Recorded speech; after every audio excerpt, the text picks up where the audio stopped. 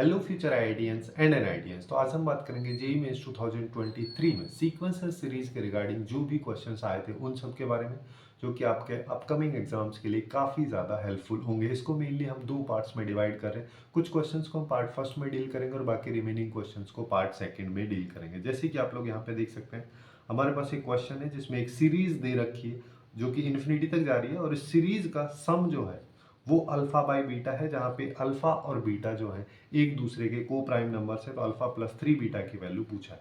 अब यहाँ पे देखो, इसको हम कई तरीके से अप्रोच कर सकते हैं। जैसे मान लो इसके फर्स्ट टर्म और इस तीनों चारों की फर्स्ट टर्म जो है, इन सबको एक साथ कंबाइन करके एक सीरीज बनाने की कोशिश करें। लास्ट वाली टर्म्स को भी एक साथ कंबाइन करके सीरीज बनाने की कोशिश करें।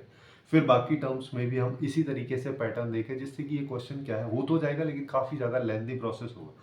उसकी बजाय हम यहाँ पे क्या कर सकते हैं, एक बेसिक सा अप्रोच लगा सकते हैं।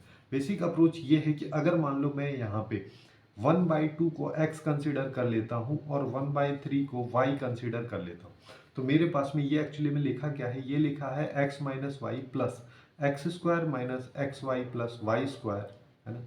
और फिर आगे अगर चलते हैं तो यहाँ पे आ जाएगा x cube minus x square y plus x y square plus y cube and so on. इस तरीके से अपने को एक सीरीज दे रखी है। अब इस सीरीज में एक चीज देखो, यहाँ पे अगर मान लो इस टर्म को मैं देख सकता हूँ, अब इसके साथ अगर x प्लस वाई मल्टीप्लाई में होता तो ये ए क्यू प्लस बी क्यू का फॉर्मूला होता।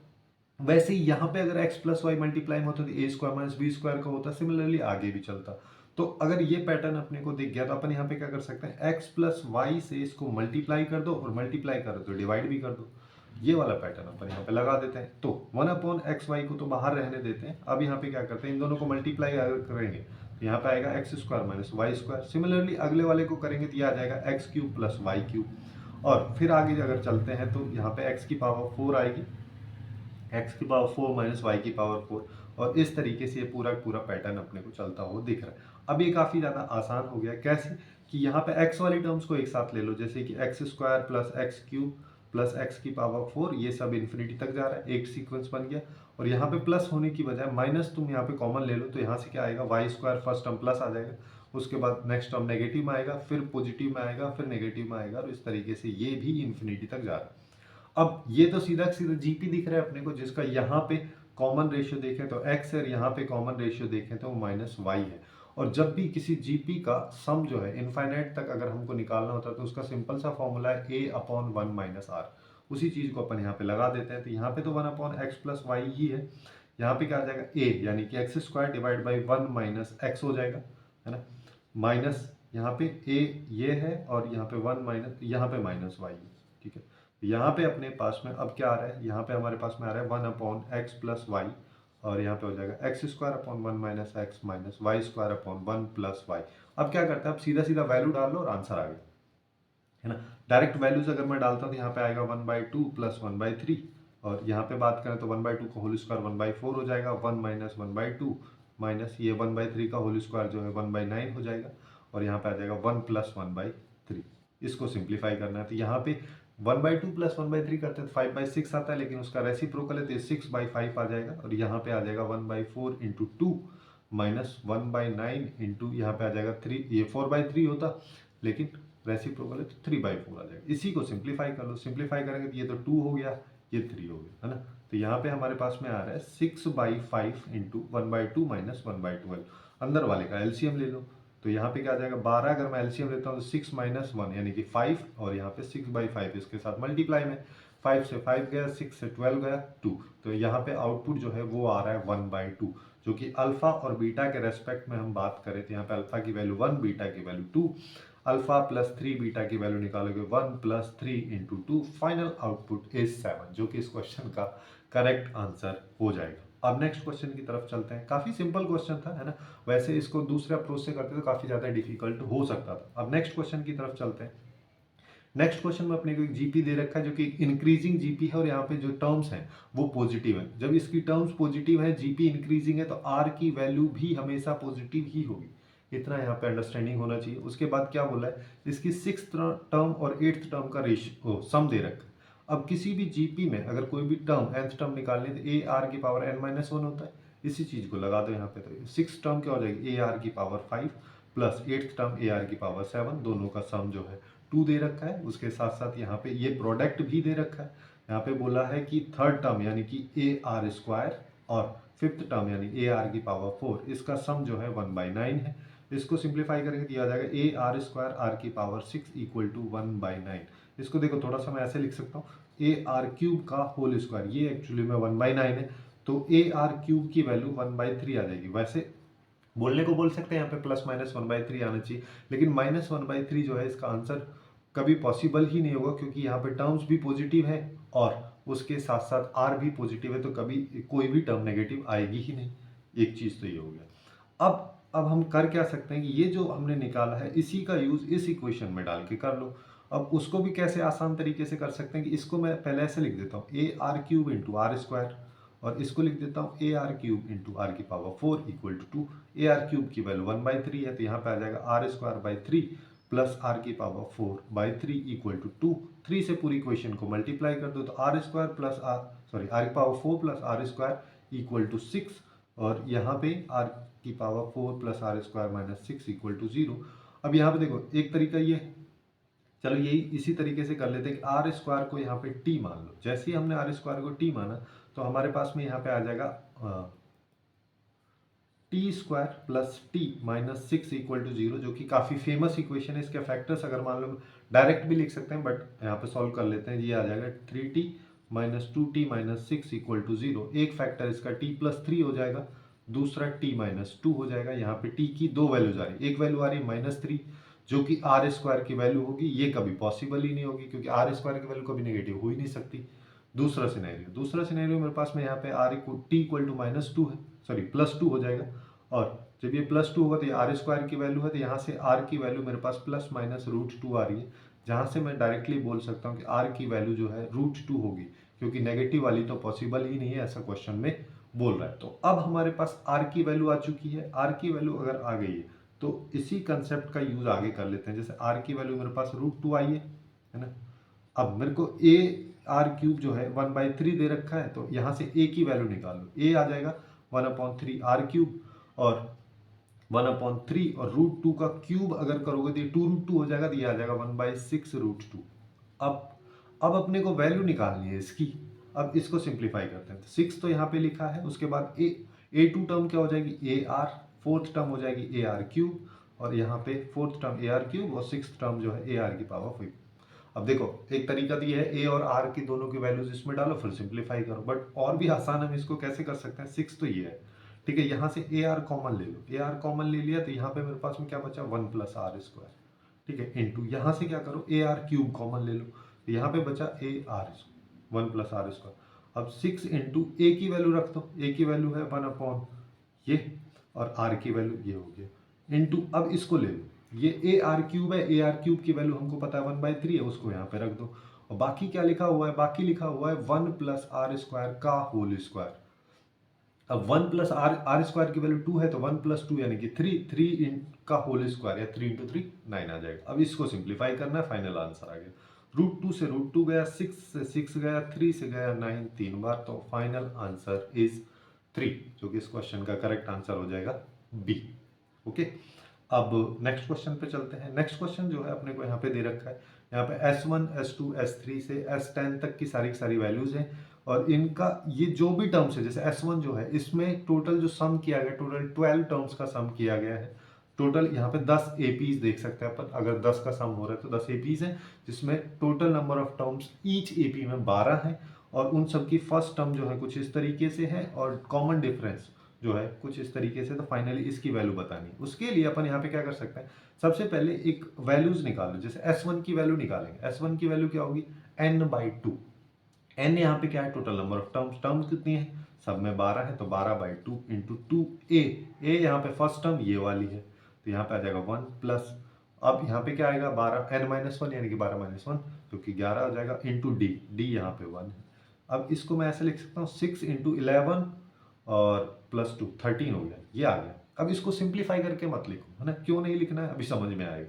जैसे S2 है, अब S2 को क्या, यहाँ पे तो बाहर तो 6 ही आएगा। अब 2 इंटू फर्स्ट टर्म इसके लिए क्या है, ये है 2 हो गया, प्लस 11 इंटू इसका कॉमन डिफरेंस है 3, इसको मैं क्या लिख सकता हूँ 6 इंटू 33 प्लस 4 37 हो गया।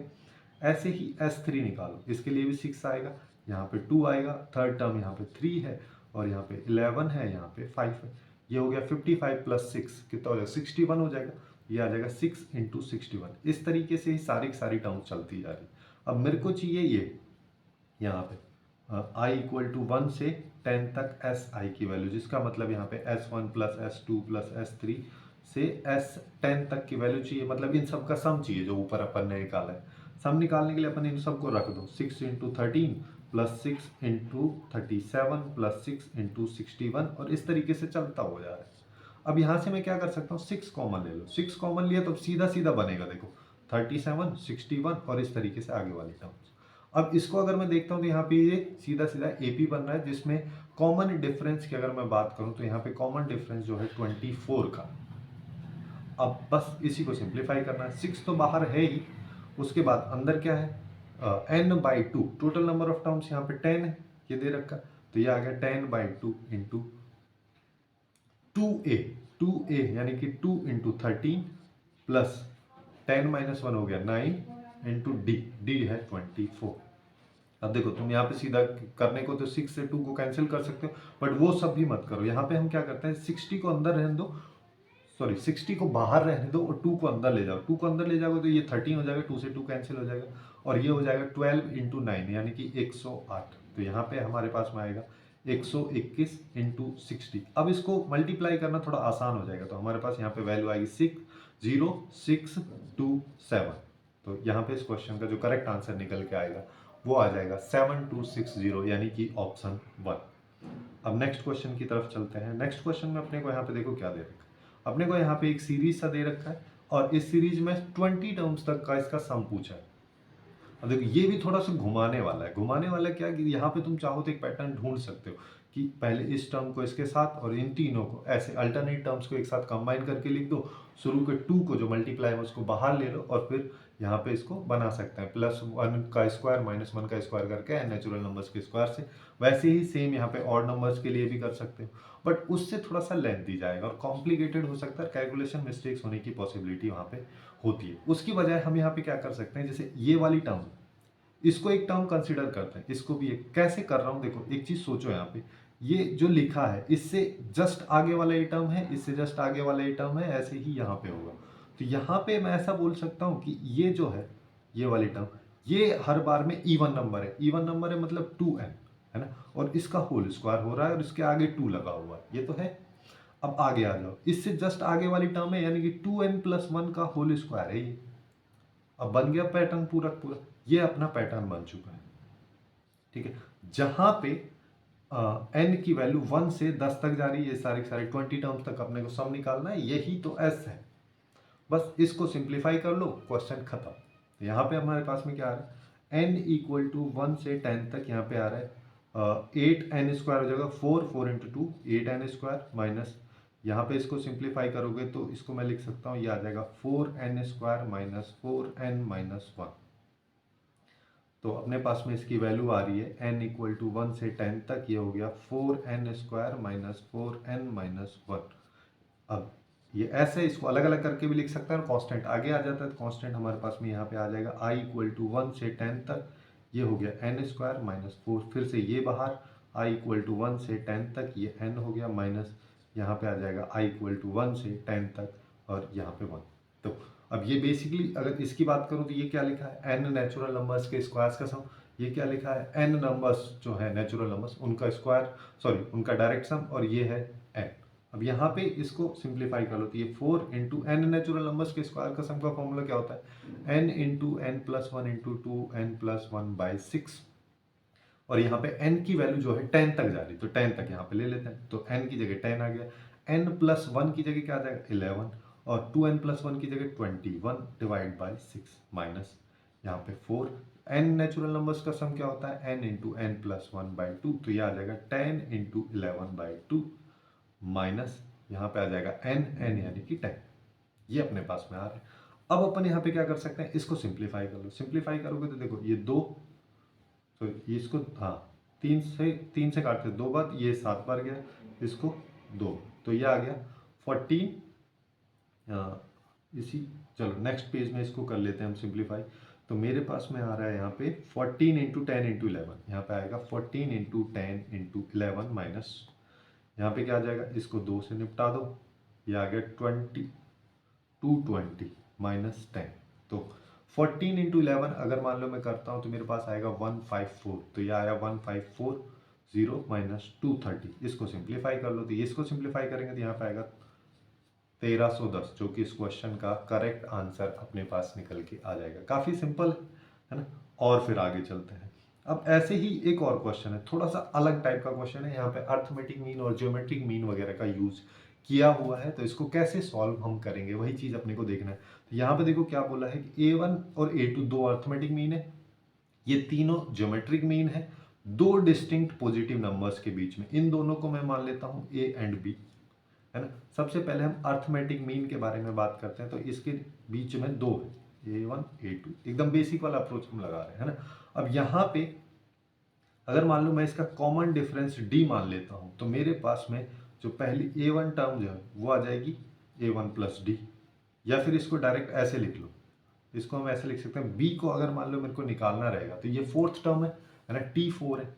B जो है T फोर्थ टर्म है, जो कि आ जाएगा A प्लस 3D, ठीक है। यहाँ पे आ जाएगा A प्लस 3D। अब इसको मैं क्या लिख सकता हूँ, यहाँ से मैं कॉमन डिफरेंस निकाल लेता हूँ, वो आ जाएगा B minus a divide by 3।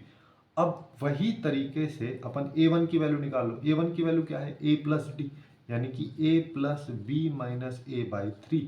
इसको एलसीएम लेके सॉल्व करोगे तो ये आएगा 3A plus b minus a divide by 3, ये हो जाएगा 2A प्लस बी बाई 3। ऐसे ही A2 की वैल्यू निकाल लो, वो आएगी A प्लस 2D। इसको सिंप्लीफाई करेंगे तो ये आ जाएगा A इंटू 2 और B माइनस ए बाई 3, और इसको सिंप्लीफाई किया तो यहाँ पे आया 3A plus 2B minus 2A divide by 3, ये आ जाएगा A plus 2B by 3। A1 A2 की वैल्यूज अपने पास में आ चुकी हैं। अब इन सब को क्यों निकालें, क्योंकि ऑप्शंस में इन सब की ही जरूरत है, और G1 G2 और G3 जो है इनकी हेल्प से ये वैल्यू किसके इक्विवेलेंट आ रही है, यही फाइनली अपने को पता करना है। अब दूसरा चीज अपने को है G1 G2 G3 के रेस्पेक्ट में बात करना, तो GP के बारे में बात कर, सॉरी GM के बारे में बात कर लेते हैं, ज्योमेट्रिक मीन के बारे में। इसमें क्या बोल रहा है कि A और B हैं जो दो नंबर, उनके बीच में अपने पास तीन ज्योमेट्रिक मीन है, तो G1 G2 और G3, उसके बाद B है ना। इस तरीके से अपने पास में चल रहा है। अब यहाँ पे किसी भी टर्म का, जैसे B है जो कि फोर्थ टर्म है GP का, इसकी वैल्यू निकालेंगे तो ये AR क्यूब के बराबर हो जाएगी। सॉरी, ये फोर्थ टर्म नहीं है, फिफ्थ टर्म है एक्चुअली। हाँ, ये फिफ्थ टर्म है, ये AR की पावर 4 के बराबर हो जाएगी, तो R की वैल्यू यहाँ पे B बाई A की पावर 4 आ जाएगी। ये आ गया अपने पास। अब G1 की वैल्यू अगर निकालेंगे तो G1 क्या है, सेकेंड टर्म है, यानी कि AR है, यानी कि A इंटू, यहाँ पे लिख सकता हूँ B बाई A की पावर 1/4। मैं यहाँ पे क्या किया हूँ, इससे R, अच्छा ये पावर 1/4 हो जाएगा। देखो यहाँ से एक्चुअली में अपन क्या कर रहे हैं कि यहाँ पे R की पावर 4 इक्वल टू ये है, तो R equal to B by A की पावर 1/4, इसी का यूज कर रहे हैं। तो ये आ गया। G2 अगर मान लो अपन निकालते हैं तो ये हो जाएगा AR स्क्वायर। AR स्क्वायर की वैल्यू क्या हो जाएगी, AR स्क्वायर की वैल्यू हो जाएगी A into B by A की पावर 2/4, है ना, या फिर 1/2। ऐसे G3 की वैल्यू AR क्यूब, ये हो जाएगी A into B by A की पावर 3/4। अब मेरे को क्या चाहिए, मेरे को इसकी वैल्यू निकालनी। इसको पहले सिंप्लीफाई कर लेते हैं। इसको सिंप्लीफाई करोगे तो क्या आएगा, G1 की पावर 4, जिसका मतलब A की पावर 4 R की पावर 4 प्लस G2 की पावर 4, यानी कि ये, तो A की पावर 4 प्लस R की पावर 8। ऐसे ही थर्ड है G3 की पावर 4, A की पावर 4 और R की power 12 plus G1 into G3। G1 into G3 अगर मान लो मैं करता हूँ तो मेरे पास आएगा A की पावर 2 R की पावर 4 पूरे का होल स्क्वायर। तो अपने पास आ रहा है, देखो हर बार A की पावर 4 तो है, उसको तो बाहर ले लो, है ना। और यहाँ पे हम क्या कर सकते हैं, चलो अगर मान लो ये सब भी नहीं कर रहे हैं हम, तो यहाँ पे देखो A की पावर 4 R की पावर 4 प्लस A की पावर 4 R की पावर 8, और यहाँ पे A की पावर 4 R की पावर 12 प्लस A की पावर 4 R की पावर 8। अपने पास आ रहा है A की पावर 4 R की पावर 4 प्लस 2 इंटू A की पावर 4 R की पावर 8, और मेरे पास में यहाँ पे क्या आ जाएगा, प्लस A की पावर 4 R, अच्छा ये R है ना कि 8 है ना, और यहाँ पे आ जाएगा लास्ट वाला R की पावर 12। अब इसको सिंप्लीफाई करना है। इसको सिंप्लीफाई करने के लिए अपन a की वैल्यू तो है ही अपने पास में, है ना, तो यहाँ से a की पावर 4 को बाहर ले लेते हैं। r की पावर 4 की वैल्यू है b by A plus 2 into B by A का होल स्क्वायर, और यहाँ पे क्या आ जाएगा प्लस b बाई ए का होल क्यूब।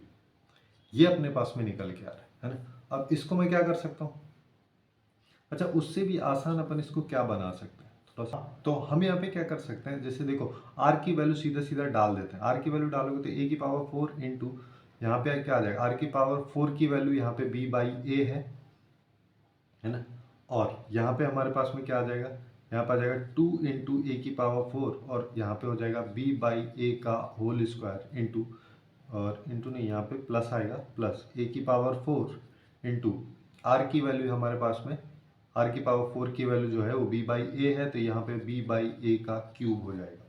तो अब यहाँ पे अगर मान लो मैं देखता हूँ तो यहाँ पे आएगा a क्यूब प्लस b, और 2 इंटू ए स्क्वायर बी स्क्वायर प्लस, यहाँ पे मेरे पास में क्या आ रहा है, यहाँ पे आ रहा है ए बी क्यूब। अब यहाँ से अगर मान लो मैं ए बी कॉमन लेता हूँ, मेरे पास में आएगा A square plus 2ab plus B square, यानी कि A B into A plus B का होल स्क्वायर, ये अपने पास में आ रहा है ना। इसी चीज को अब अपने को सिंप्लीफाई करना है। सिंप्लीफाई करके कैसे करना है, देखो अगर मान लो ऑप्शंस में देखो तो a1 प्लस ए2 हर बार दे रखा है। अब a1 प्लस ए2 अगर मान लो मैं यहाँ पे करता हूँ तो मेरे पास में क्या आएगा, सिंस मेरे को पता है कि a1 की वैल्यू जो है twice a1 twice a plus b, यही है ना, हाँ 2a प्लस बी बाई 3, और a2 की वैल्यू जो है a प्लस 2b बाई 3 है।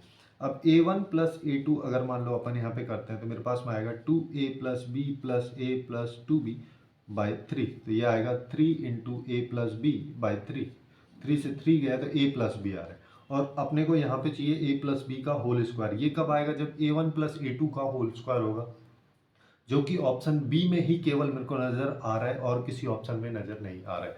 तो अपन डायरेक्टली यहाँ पे बोल सकते हैं इस क्वेश्चन का जो करेक्ट आंसर होगा वो आ जाएगा बी। तो अब हम नेक्स्ट क्वेश्चन की तरफ चलते हैं, जिसमें अपने को यहाँ पे सम दे रखा है। एक सीरीज है, इसका सम पूछा जब 20 टर्म्स तक के लिए। अब देखो यहाँ पे इसके लिए एक बेसिक अप्रोच होता है, दो अप्रोच से हम इसको सॉल्व करेंगे। मतलब ऐसा ही एक और क्वेश्चन आगे है, उसमें अपन एक ट्रिक की हेल्प से उसको सॉल्व करेंगे। इसमें एक स्टैंडर्ड जो प्रोसेस है उससे सॉल्व कर लेते हैं।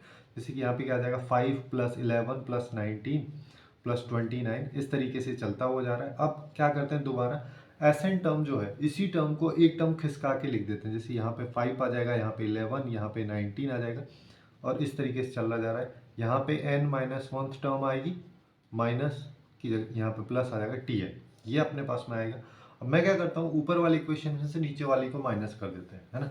जैसे ही माइनस करोगे ये खत्म हो जाएगा, यहाँ पे 0 आएगा, यहाँ पे आ जाएगा 5 प्लस, यहाँ पे आएगा 6, यहाँ पे 8, यहाँ पे 10, इस तरीके से चलता जा रहा है। यहाँ पे n माइनस 1 टर्म आएगी, माइनस tn आएगा। अब इस tn को ले जाओ इधर लेफ्ट में, तो अपने पास tn इक्वल टू आ रहा है 5 प्लस, यहाँ पे ये पूरा पूरा एक AP बन रहा है ना।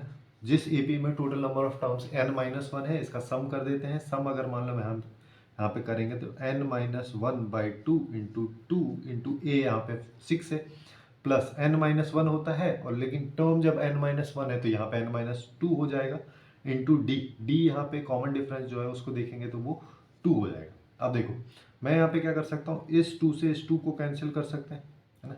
तो अभी अपने पास tn की वैल्यू क्या आ रही, 5 प्लस 6 को n माइनस 1 से मल्टीप्लाई कर दो, प्लस n माइनस 1 को n माइनस 2 से मल्टीप्लाई कर दो।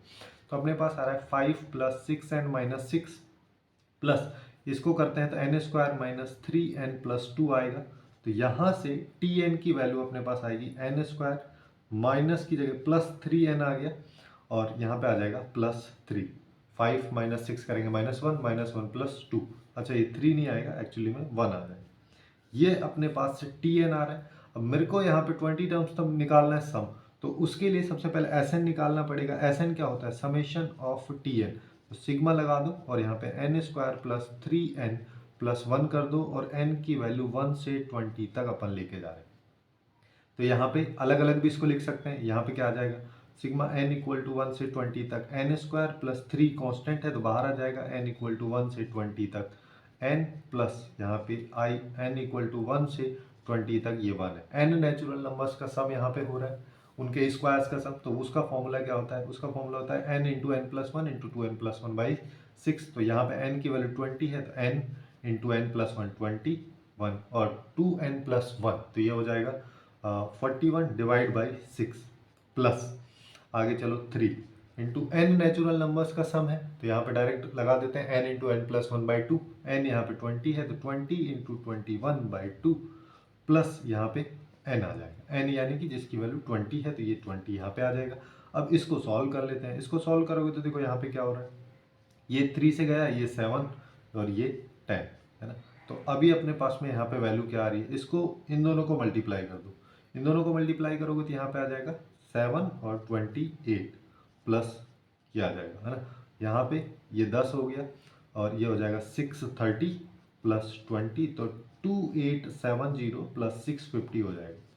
इसको सॉल्व कर लो। इसको सॉल्व करेंगे तो अपने पास में यहाँ पे क्या आ रहा है, देखो 0 2 और 5 3 3520 अपने पास में यहाँ पे आएगा, जो कि इस क्वेश्चन का करेक्ट आंसर हो जाएगा। अब नेक्स्ट एंड लास्ट क्वेश्चन के बारे में बात करते हैं सेगमेंट के, जिसमें अपने को यहाँ पे एक सीरीज दे रखी है वापस से, वैसे ही पिछले वाला क्वेश्चन है।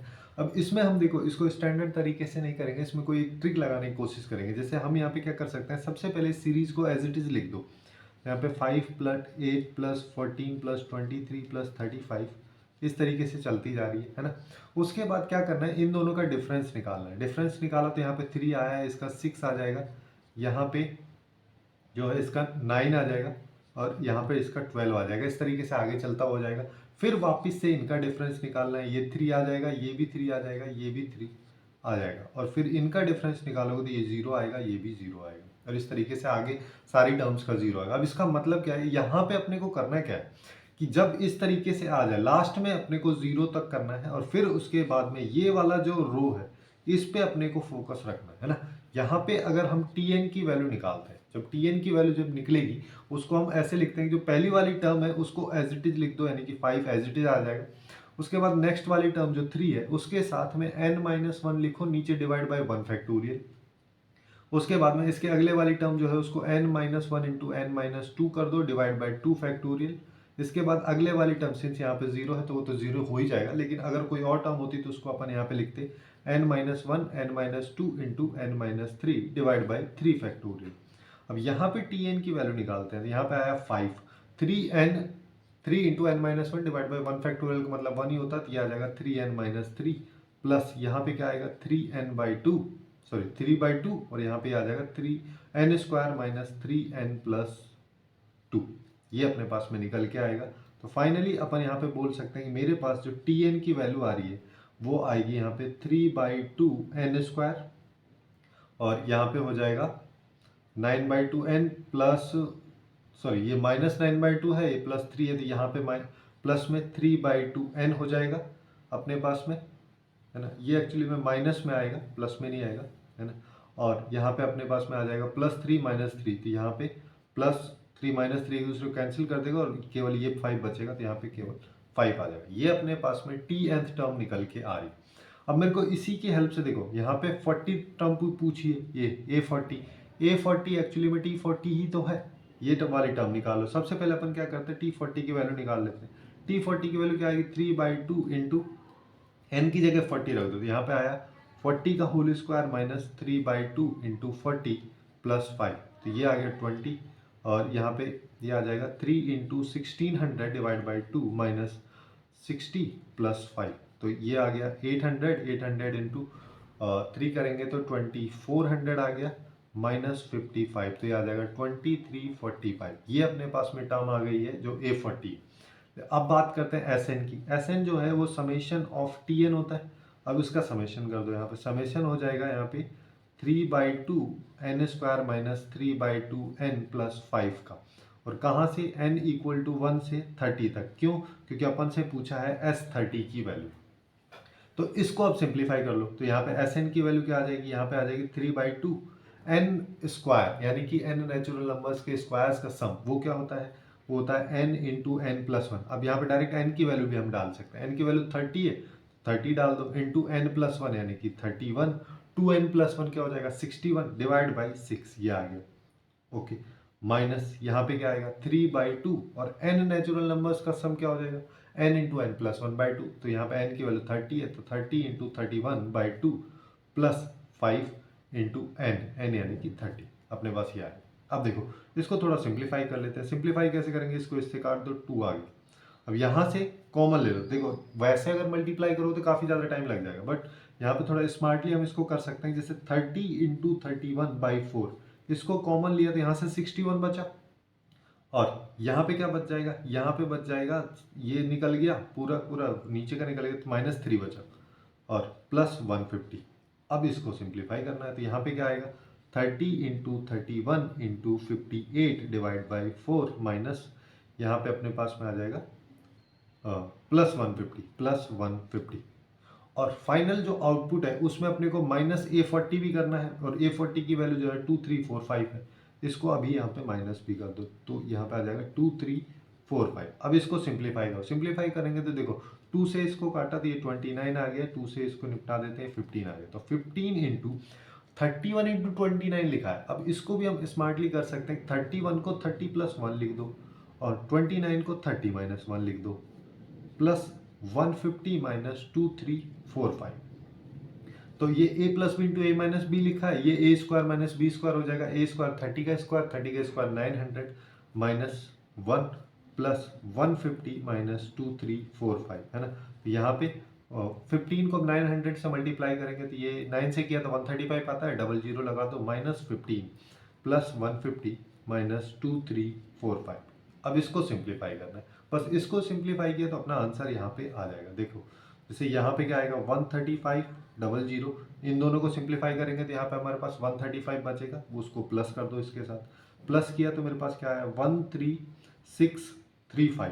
तो अपने पास 13635 आ रहा है, इसमें से 2345 घटाना है, कर दो माइनस, 0 हो गया और यहाँ पे 9 आ गया, 5 बचा, 5 में से 3 गया तो 2 बचा और यहाँ पे 11,290 इसका करेक्ट आंसर हो जाएगा। तो इस तरीके से अपन काफ़ी सारे कॉम्प्लिकेटेड क्वेश्चंस को भी काफ़ी आसानी से सॉल्व कर सकते हैं। सो आज के लिए बस इतना ही।